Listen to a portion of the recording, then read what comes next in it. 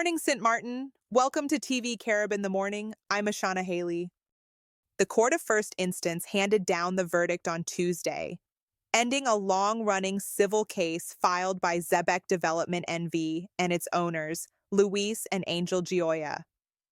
The brothers claimed Heiliger used his political influence to block their planned Dutch Village shopping and entertainment complex after they refused to give him a share of their rental income as a bribe. The judge agreed, ordering Heiliger to pay $92.1 million in damages. The court had already ruled him liable in two earlier decisions, but finalized the amount this week. At the same time, the court dismissed all claims against co-defendants Ocean Drive Properties NV and its owners, Deepak Ramchandani and Prem Mirpuri.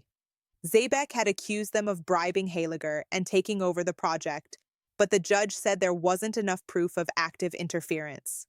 Court documents revealed that another company owned by Ramchandani and Mirpuri did allow one of Heiliger's firms to collect $5,000 a month in rent through a questionable sublease from 2003 to 2014.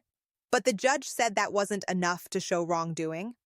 A fourth defendant, St. Martin Quarter Development Company NV, a subsidiary of Royal Caribbean Cruises Limited, was cleared earlier. It had already compensated Zebec with $10 million in 2015. Heiliger's spokesperson said he plans to appeal, arguing the case wasn't handled fairly because of problems with legal representation. The spokesperson said Heiliger's priority now is to secure proper counsel and seek a thorough review through the appeals process. Heiliger is currently serving a 5-year prison sentence for unrelated bribery and money laundering charges. The Dutch Village project dates back to 2010, when Zebec signed a deal to build 16 retail outlets on a 13,000 square meter site between the cruise piers. But after the Gioia brothers rejected Heiliger's alleged demand, port authorities stopped the project. Zebec's agreement was formally canceled in 2014 for failing to start on time. Ocean Drive later took over as the new developer in 2015. With Tuesday's ruling, Theo Heiliger faces one of the largest civil penalties ever ordered against a St. Martin politician, though the final outcome will depend on his planned appeal. For now, the court's decision marks the latest chapter in a corruption saga that has shadowed St. Martin's politics for more than a decade. Hurricane Melissa roared ashore near Jamaica's southwestern town of New Hope on Tuesday, with sustained winds of up to 185 miles per hour, stronger than a Category 5 hurricane. The U.S. National Hurricane Center called it a historic storm, the most intense to ever strike Jamaica directly. Entire communities in St. Elizabeth Parish were underwater, with 500,000 people losing power. Prime Minister Andrew Holness said hospitals, homes, and roads suffered major damage. While there were no confirmed storm-related deaths yet, he warned that fatalities are likely given the scale of destruction. Melissa's winds later weakened slightly to 145 miles per hour as it moved north toward Cuba, where officials have ordered 500,000 people to evacuate. President Miguel Diaz-Canel urged Cubans to prepare for significant damage as the storm approaches Santiago de Cuba. In the Bahamas, evacuations are underway in southern islands, while Haiti and the Dominican Republic have already seen at least 4 deaths after days of heavy rain. Local reports from Jamaica say at least 3 people died during storm preparations, and rescue crews worked through the night to reach trapped families, including several infants. About 15,000 Jamaicans are in emergency shelters tonight, though many others refuse to leave their homes despite evacuation orders. Jamaica has endured hurricanes before, but never one this strong. Meteorologists say Melissa ranks among the most powerful Caribbean storms in history, behind only Wilma in 2005 and Gilbert in 1988. The World Meteorological Organization called it the storm of the century for Jamaica, warning of storm surges up to 4 meters high. Aid workers describe total devastation across farming regions, comparing Melissa to last year's Hurricane Beryl. Emergency funds of $33 million have been released, but officials say food aid, farming supplies, and tools will be urgently needed in the weeks ahead. As one resident told Reuters from his darkened home, "It's like a roaring lion, really mad."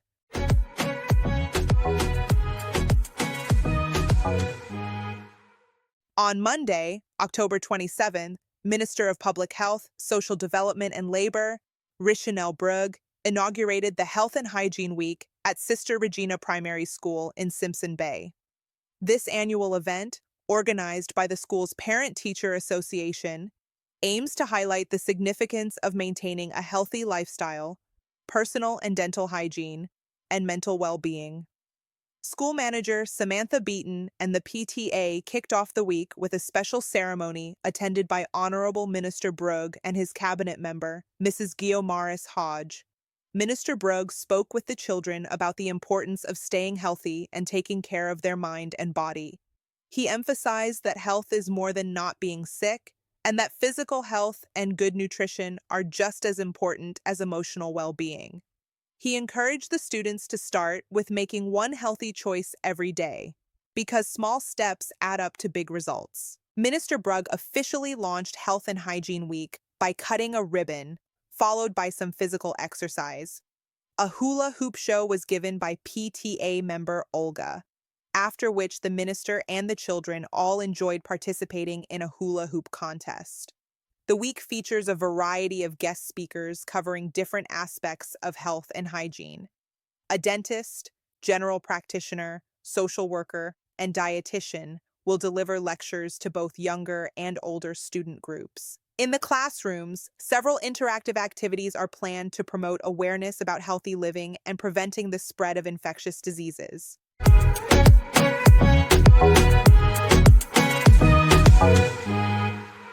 After 3 weeks, Swift has allowed iTunes to start selling downloads of individual tracks from The Life of a Showgirl. Previously, the album was only available in whole, which drove that initial sale of 4 million albums. But now that weekly sales have dropped significantly, under 200,000 a week, Swift's people have realized it's time to give in. The result is 7 singles from Showgirl have landed in the top 100 today, including The Fate of Ophelia, which is number 1, and Opalite at number 3rd. Most of the others are sampled from other songs, like Father Figure from George Michael's original song. Fans don't seem to mind that. I don't know what the original composers think, unless they've been quietly paid off. Meantime, Swift singles take up most of the top spots on Spotify. There are estimates that she's made $135 million so far off of this album. So she has plenty to pay people like the Jonas Brothers, whose song, Cool, she borrowed. Thank you for watching today's edition of TVCARiB in the Morning. Until our next edition, have a great day.